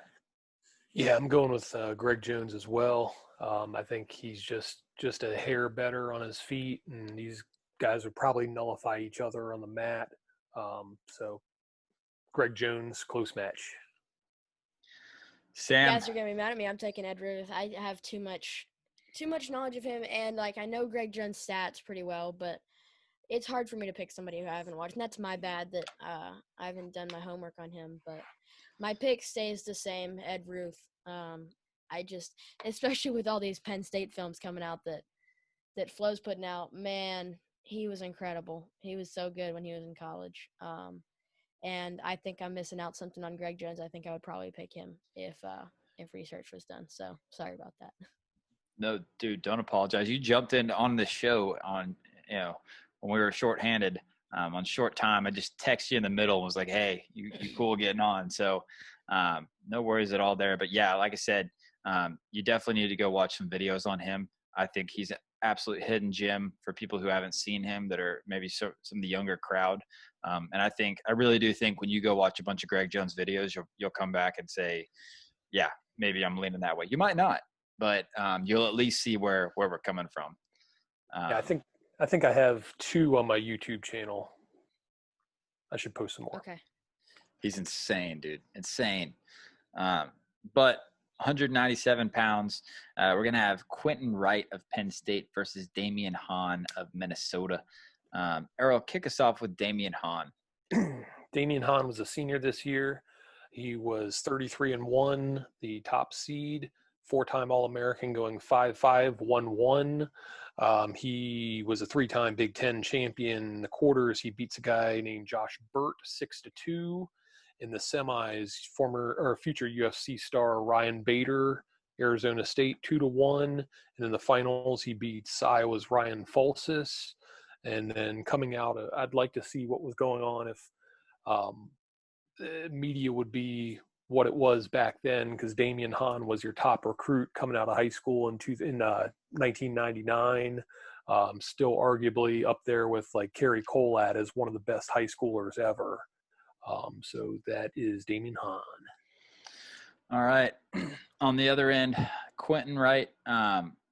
This is his senior season. He was a 4-time All-American, 2-time national champ, 3-time finalist. Quentin, as we've talked about before on this show, was one of those dudes that turned it on at the NCAA tournament, right? And specifically the NCAA tournament, because this is a guy who's a 3-time finalist, 2-time champ, and didn't do well at all sometimes, right? He was very up and down and a lot of peaks and valleys during the season, and even in the Big Ten championship kind of showed up some and didn't show up others. But in his senior season, he comes into the tournament as the number 2 seed. I believe that's his highest seed in all 4 of his years, because he usually came in as a lower seed. But he beats, on the way to his finals, in the quarterfinals, he beats Scott Schiller by fall. Schiller was a 3-time All-American for Minnesota. He beats Matt Wilps in the semifinals, 4-3 in tiebreakers. Wilps later was a NCAA finalist. Or was it before? I guess before was NCAA finalist. That was actually different Wilps, his brother Wilps. Tyler. You're right. Different Wilps. And then in the finals, he beats Dustin Kilgore 8-6. And Dustin Kilgore had not been beaten in like 2 or 3 years or something crazy, because he won a national title and then took an Olympic red shirt and hadn't been beaten in literally like 2 or 3 years. And I remember, going to that match, you have national champ versus national champ, and Quentin. Quentin was the man, but man, Dustin just kind of had like a aura around him of just untouchable, not being beaten in forever. And Quentin went in and just picked him apart. And that 8-6 score does not tell the tale of that match, because Quentin Wright put the beat down on him pretty significantly. So that's Quentin Wright. And let's get into these picks, man. For me, it's got to be Quentin, man. It's got to be Quentin for me. And I just – when he shows up and he's in these big matches, he just puts it on people. And specifically this senior season, Quentin Wright, like I said, Kilgore was very, very highly touted and a big figure in wrestling at the time. And Quentin just went out and underhooked him to death.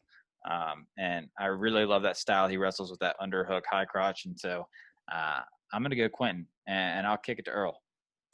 Yeah, so my first instinct looking at this was Damian Hahn, just because of he was probably more consistent throughout his career than Wright. He's definitely a guy that doesn't get talked about as much. However, looking at this particular style matchup, I could see it playing out the same way as Kilgore and Wright. I could see him pressuring Wright, pressuring him. Then there's that underhook throw by to the high C or whatever Wright's going for. So I could see this following the same path, and so I'll give it to Quentin Wright, although it's not my initial instinct. All right. Tony, what you got? I'm with Earl. It's funny. That's the consistency of Han. However, I'm going to stick with my gut, and my gut was Han initially. I like his consistency, and I'm going to stick with that. I think that he figures out right. I think they game plan for it, and I've got Han. All right, and Mr. Sam Herring. Talk about a clash of styles in this match. Like Quentin Wright's like 6'1", long and lanky. And Damian Han's like 5'2". I'm exaggerating on both of these probably. Like 5'2", and he's like a wrecking ball. I was gonna say, I wonder how tall Quentin actually is, because like he's got to be taller than that, don't you think? It's funny. See, it was funny you should say that, because at CKLV one year, they have these like the ropes up to keep people out, but they're not actually ropes. They're a little taller than that, and I think they're pipes. And Damian Han tried to jump over one once and got completely tangled up in it. And did he really? yeah, and that is a problem I will have.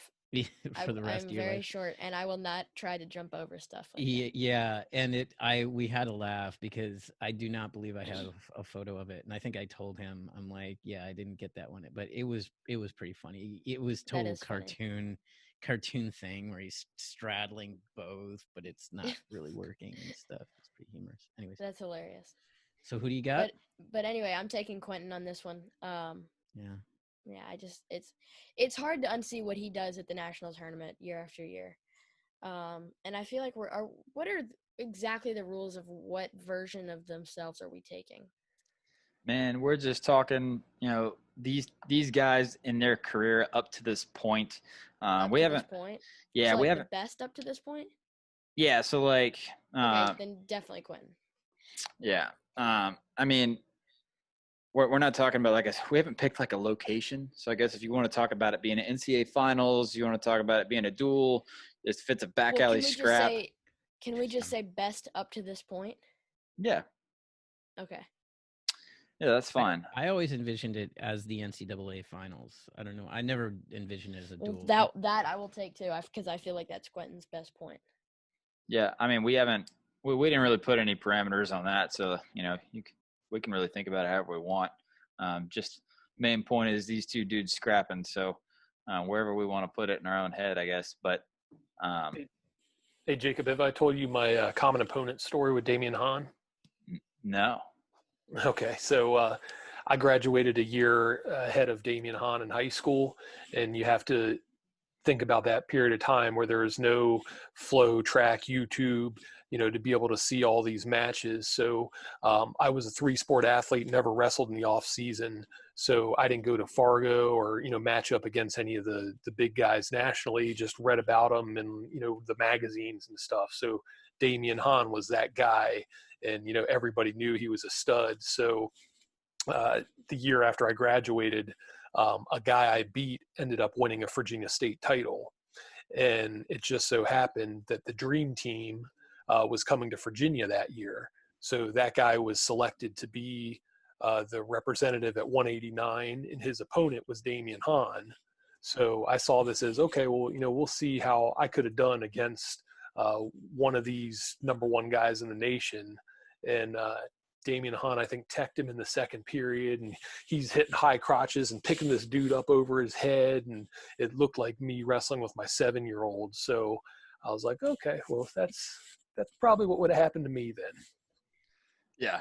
Oh, same thing. I don't remember who the guy was, but my wrestling partner, basically through middle school and high school, like the entire time, our senior year, he was like 55-0 state champ, like just unbelievably good in Georgia. And he got picked for, that Georgia team. And I don't remember what the scenario was, because I didn't really pay attention too much back then. I don't know if it was like the Dream Team duel or whatever, some big duel, right? Where some team came to Georgia. And I remember he got picked for it and got absolutely just destroyed. And it was like, okay, cool. So we're in a small pond down here. But yeah, I've had that experience many a time. Dude, I remember same thing. Georgia's gotten way bigger since I was growing up. But when I was growing up, I wrestled schoolboy duels one time, and I remember we were wrestling. I think it was Missouri, and we're sitting there before the match, and all of us are like warming up, just going at it, like getting a hard sweat in, and look across, and Team Missouri is just sitting on their butts playing like Pokemon and on their like Nintendos, and like just like we're looking at these guys like, man, wow, what are they doing? Like, they're not going to warm up or nothing. And then we went on to only win one match in that entire duel and got the absolute crap kicked out of us. It was really embarrassing.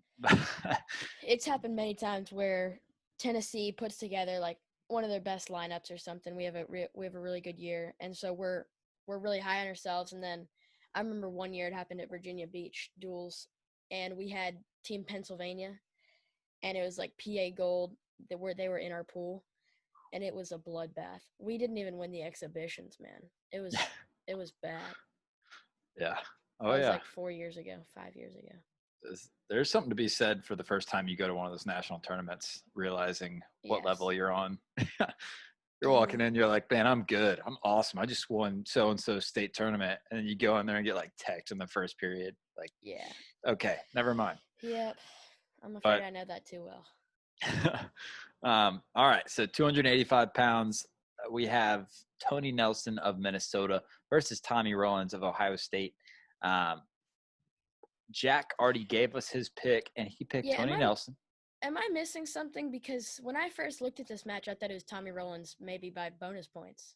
So Jack kind of explained before he got off that he actually has Mitch McKee staying with him right now, because they're training together. And I guess you know Mitch is really high on Tony, obviously, because he's been around him, and I guess they had this conversation before, and he was really high on Tony and thought that he'd win the match. So Jack stuck with his boy and went Tony Nelson.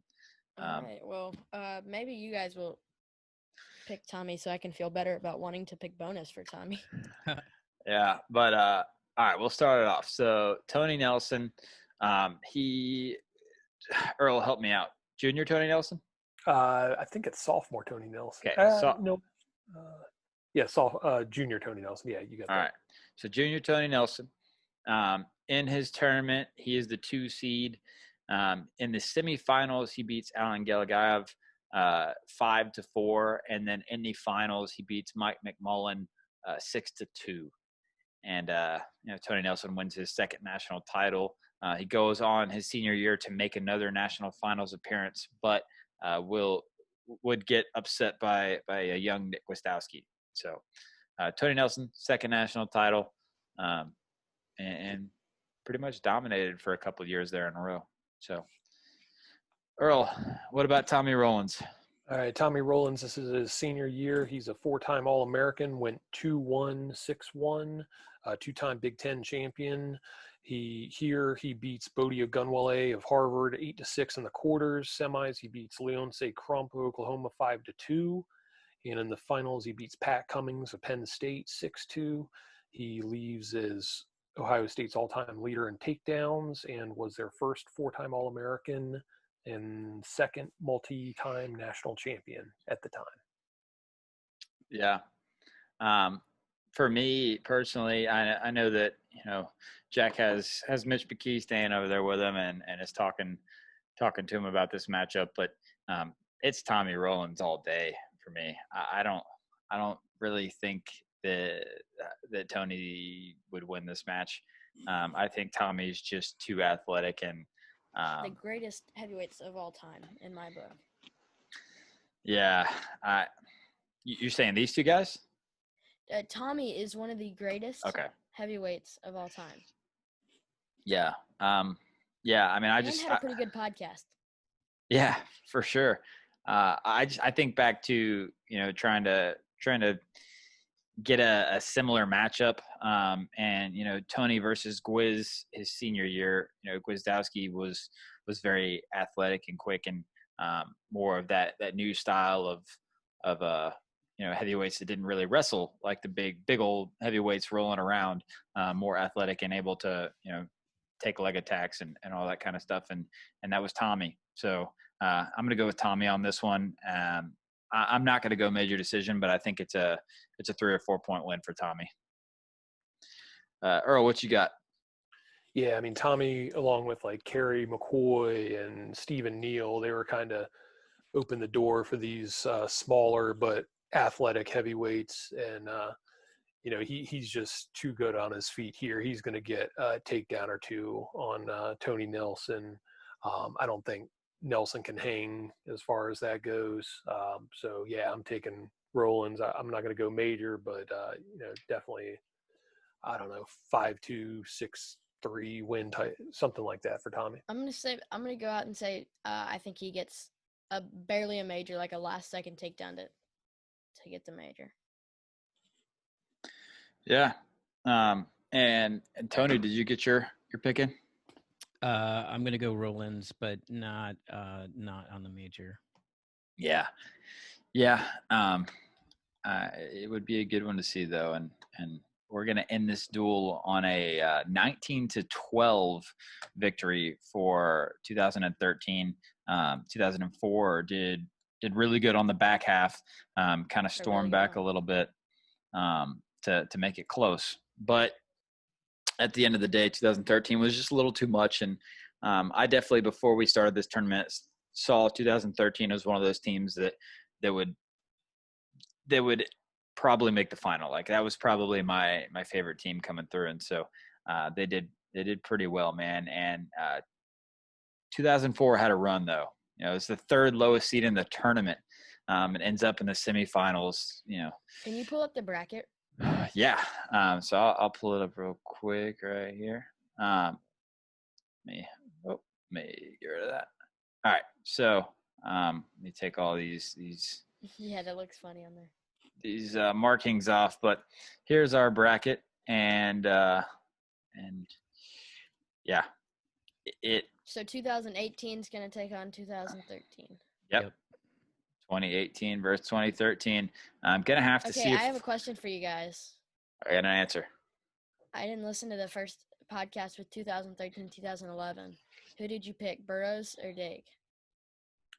I was the only one that picked Dake. Really? Well, you still would have been if I was on. I was the only one. Only one. That's crazy. Like I'm with Burroughs, but to think that you were the only one to pick Dake is wild because that match is so close. Yeah, for sure. But yeah, no, it was a great tournament up to this point. Sunday we're gonna have the finals. Hopefully we can find a couple of guys to represent each team. Right, 2013, 2018. Obviously we got Seth for 2018, but if we could find some people to get in there, that'd be cool. For 2013. Yeah. Pull up that team again. I'll brainstorm a little bit. Just right here while we're on. Yeah, but while we're doing that and while we're kind of getting close to signing off, Sam, what do you think about Jack Mueller versus RBY? This match, that's gonna be an awesome match. Do you know? I haven't done too much research. Is it freestyle? Yeah, from my understanding, it's freestyle, and I think that hurts.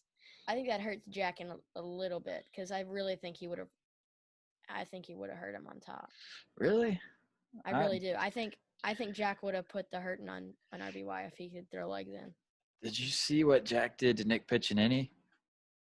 Yes. I'm just saying, taking away his opportunity for leg riding on top and how good he is and what he did to Sebastian Rivera, I think that will hurt him just a little bit. But I think he's just as capable in freestyle as he is in folk style, if not more. Yeah, for sure. I'm excited to see it, though. It's going to be a really good one. And like Earl said earlier, I think there's a lot of good matchups on the card. But, like you were saying, Chamizo Dake is going to be a close score. I think David Taylor is going to beat Pat Downey into the ground. And so I think that this match is probably going to be the most fireworks out of all the matches, most entertaining from a fan standpoint. I could see Chamizo Dake being just Yeah. Yeah, that one's gonna be awesome. I'm thinking more like points scored though. Like I think Chamizo Dake's is gonna be awesome. It could definitely be fireworks, but I think there's gonna be a lot of scramble positions where nobody gets points. Yeah, you know what I mean? Possibly. Whereas I think Jack and RBY. I mean, who knows? In my personal opinion, and I'm not just saying this because Jack's on here with us.